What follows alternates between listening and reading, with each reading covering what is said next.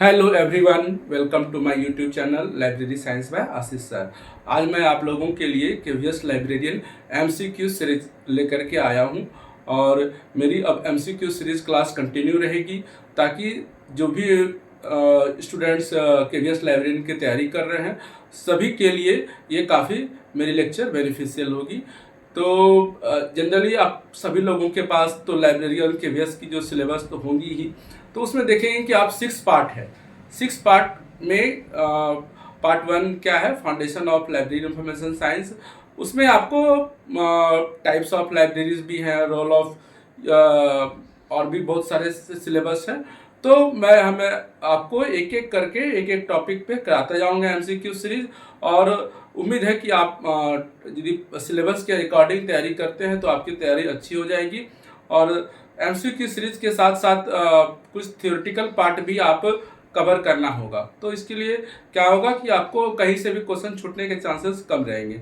तो चलिए आज से हम लोग एमसीक्यू सीरीज स्टार्ट करते हैं और बीच बीच में मैं थ्योरी क्लास भी आपको देता रहूँगा। थ्योरी के साथ साथ कुछ प्रैक्टिकल भी देता रहूँगा। तो चलिए आज हम लोग एमसीक्यू सीरीज जो पार्ट 1 में है उसको हम लोग डिस्कस करते हैं। तो उसमें मैंने कुछ क्वेश्चन आप लोगों के सामने रखा है। उसमें क्या है कि पहला question, in which year Calcutta public library was merged with imperial library. इसमें ऑप्शन है 1902, 1904, 1910 एंड 1901। आंसर है इसका 1902। तो मैंने एक्सप्लेनेशन दिया हुआ है, Calcutta public library was established on 21 March 1836। In 1902 the Calcutta Public Library and the Imperial Secretariat Library must to create the Imperial Library. Imperial Library कब बना? 1902। तो कलकत्ता पब्लिक लाइब्रेरी कब बना था? आपका 1836 में बना था, बट वह इंपीरियल लाइब्रेरी के रूप में कब जाना गया? 1902। तो इसका पूरा आप नेशनल लाइब्रेरी के बारे में, कलकत्ता पब्लिक लाइब्रेरी में हिस्ट्री में जब पढ़ेंगे तो आपको काफ़ी क्वेश्चन वहाँ से भी मिल जाएंगे। तो मैं आपको अगले फिर कुछ लेक्चर में आपको इसको पूरा कोलकाता पब्लिक लाइब्रेरी से रिलेटेड जितने भी क्वेश्चन होंगे वो भी मैं कराऊंगा आपको। तो फिलहाल एक क्वेश्चन यहाँ बन जाता है। इसके बाद, when national library week celebrated every year in India. National library week India में प्रत्येक साल कब मनाया जाता है? तो इसका क्वेश्चन आंसर है 14 टू ऑप्शन है 14 to 20 November, 20 to 26 November, 40 to 20 October and 18 to 40 November. इसका आंसर है 14 टू 20 नवंबर। ये वाला आंसर इज द राइट।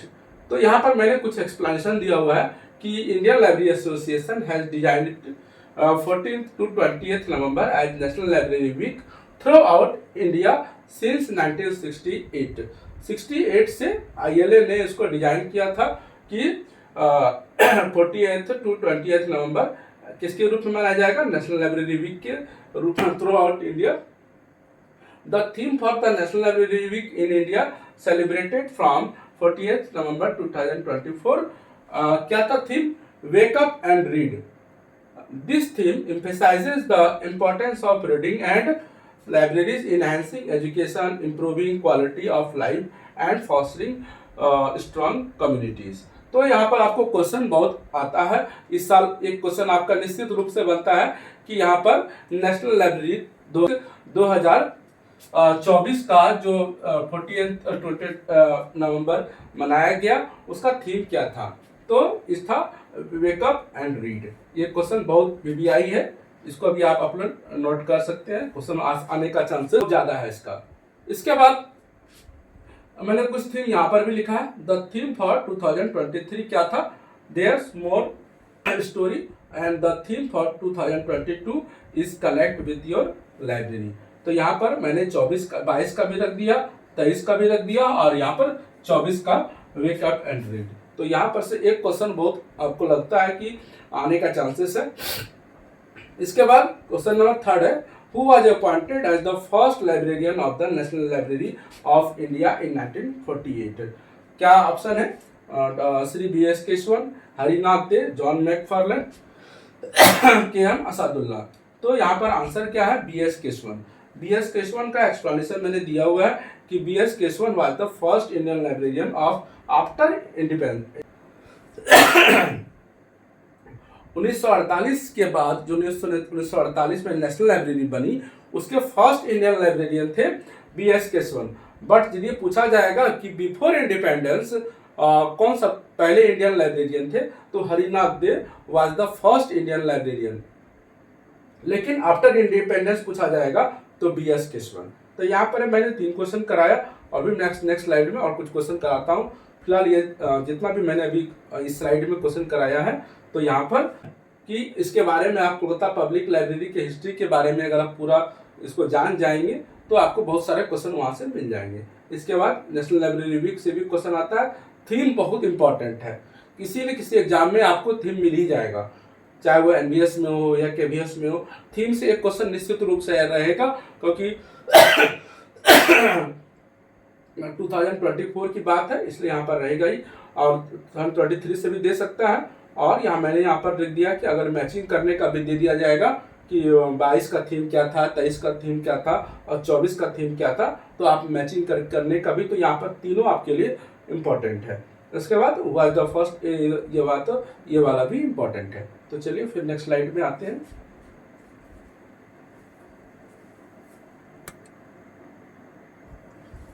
चलिए तो फिर क्वेश्चन नंबर 4 से हम लोग स्टार्ट करते हैं। 4th नंबर क्वेश्चन है, DRTC was established in the year. ये बहुत सालों के क्वेश्चन, कई डिफरेंट एग्जाम में ये लाइब्रेरी साइंस के वहाँ क्वेश्चन एक पूछा भी गया है कि DRTC was established in the year. तो आपको आंसर बताना है 1962।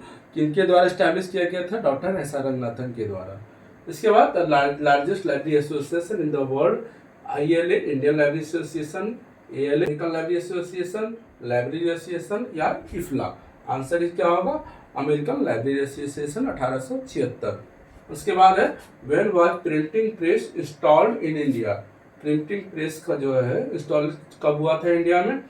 1556 AD, 1556 BC, 1556 CE एंड 1555। तो आंसर क्या होगा? 1556 AD।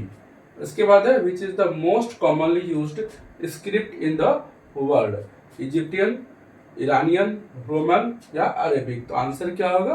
Roman. A book can be broadly defined as the written documents of at least 49 text pages. इसमें एक book can be broadly defined कि एक रिटन डॉक्यूमेंट्स कब होता है? कम से कम 49 पेज। ये किसने इसको डिफाइन किया था? तो इसको यूनेस्को ने डिफाइन किया था। United Nations Educational, Scientific and Cultural Organization ने इसको डिफाइन किया था कि 49 पेजेस से जो बिले होंगे उसको बोला जाता है पंपलेट, न कि आपको टेक्स्ट बुक। ये हो गया। Who gave the concept of self education, किसने दिया था? SR Ranganathan, A.C. Dan Dickinson, Dewey या C.A. कटर ने। तो इसका आंसर होगा डॉक्टर SR रंगनाथन। आंसर क्या होगा? आंसर इसका होगा SR रंगनाथन। ठीक है, इसका हो गया। इसके बाद the founder of the first library was, कौन थे? कि अलेक्जेंडर थे, एरिस्टोटल थे, असुरबनीपाल थे या जूलियस थे। तो आंसर क्या होगा? असुरबनीपाल। लोकेटेड कहाँ था? इराक में। और कब खोजा गया था? 1850 CE में। तो ये हमने अभी फिलहाल 10 क्वेश्चन कराया, और इसको आप लोग नोट कर लीजिएगा, क्योंकि या नोट नहीं भी कीजिएगा तो कम से कम 2-3 बार रिविजन कर लीजिएगा तो आपके दिमाग में। तो फिर हम लोग नेक्स्ट लेक्चर में फिर नए MCQ के साथ आते हैं। आपको पार्ट 1 से रिलेटेड जितने भी MCQ है उसको मैं कराते जाऊंगा। पार्ट 1 कंप्लीट करूंगा तभी पार्ट 2 इन करूंगा। तो पार्ट 1 से रिलेटेड जितने भी टाइप्स के MCQ होंगे उसका एक्सप्लेनेशन वो सब मैं आपके साथ आऊँगा। फिलहाल आज इतना ही, फिर नेक्स्ट लेक्चर में मिलते हैं। तब तक के लिए धन्यवाद। आप लोग मेरे चैनल से जुड़े रहिए, लाइक भी कीजिए, शेयर भी कीजिए और सब्सक्राइब भी कीजिए। और कुछ कमेंट हो तो ज़रूर दीजिए, ताकि मैं आपके कमेंट से फिर नेक्स्ट लेक्चर आपके कमेंट के अकॉर्डिंग ही लेकर के आऊँ। ठीक है, सबको धन्यवाद। आपका दिन शुभ हो।